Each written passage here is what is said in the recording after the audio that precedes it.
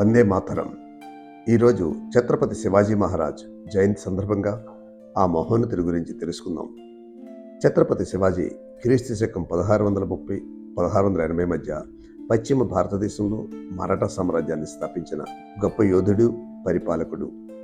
శివనేరికోటలో జన్మించిన శివాజీ తల్లి జిజియాబాయి, తండ్రి షాహజీ భోంస్లేల మార్గదర్శకంలో చిన్న వయసులోనే తోర్నాకోటను గెలిచి గెరిల్లా యుద్ధ తంత్రం ద్వారా మొఘల్ బిజాపూర్ సుల్తాన్లను ఎదిరించి స్వరాజ్యాన్ని నెలకొల్పారు. శివాజీ మహారాజ్ జీవితంలో కొన్ని ముఖ్యమైన ఘట్టాలు. 1630 ఫిబ్రవరి 19న పూణే సమీపంలో శివనేరి దుర్గంలో జన్మించారు. 16 ఏళ్ల వయసులోనే తోర్నా కోటను స్వాధీనం చేసుకుని రాజ్గఢ్, కొండన, పురందర్ కోటను గెలుచుకున్నారు. శివాజీ గెరిల్లా యుద్ధ విద్యలో నిష్ణాతులు. ఆదిల్ షా, మొఘల్ చక్రవర్తి ఔరంగజేబు సైన్యాలను మెరుపుదడలతో విసిపోయేలా చేశారు. 1674 జూన్ 6న రాయ్గఢ్ కోటలో ఛత్రపతిగా పట్టాభిషేకం చేసుకుని స్వతంత్ర మరాఠా సామ్రాజ్యాన్ని ప్రకటించారు. శివాజీ సామ్రాజ్యాన్ని అష్టప్రధాన్ అంటే 8 మంది మంత్రిమండలి ద్వారా పాలించారు. మహిళల పట్ల గౌరవం, ఇతర మతాల పట్ల సహనం, సరైన పరిపాలనా వ్యవస్థ ఆయన ప్రత్యేకత.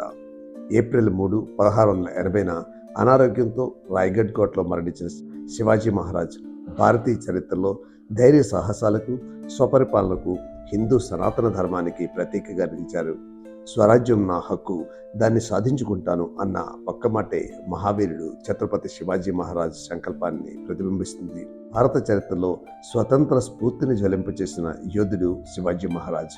సాహసం, ధైర్యం, దూరదృష్టి, ఈ 3 లక్షణాలతో ఆయన మరాఠా సామ్రాజ్యాన్ని స్థాపించారు.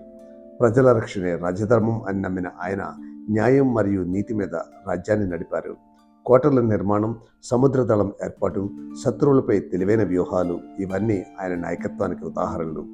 ముఖ్యంగా స్త్రీల పట్ల గౌరవాన్ని కాపాడడం, మత సామరస్యాన్ని పాటించడం ఆయన గొప్పతనాన్ని మరింత పెంచాయి. శివాజీ మహారాజ్ మనకు నేర్పింది భయం లేకుండా ధర్మం కోసం నిలబడాలని, ప్రజల కోసం పనిచేయడం నిజమైన నాయకత్వం అని, స్వాభిమానం ఉన్నప్పుడే స్వరాజ్యం సాధ్యం అని. ఈరోజు యువతకు శివాజీ మహారాజ్ ఒక స్ఫూర్తి, ఒక మార్గదర్శి. వారి జయంతి సందర్భంగా ఆయన ఆశయాలను మన జీవితాల్లో ఆచరిద్దాం. ఈ వీడియోపై మీ కామెంట్స్ తెలియజేసి లైక్ బటన్ నొక్కి వీడియోను షేర్ చేయండి. అట్లాగే మా ఛానల్ సబ్స్క్రైబ్ చేయకపోతే సబ్స్క్రైబ్ చేసి బెల్ బటన్ నొక్కండి.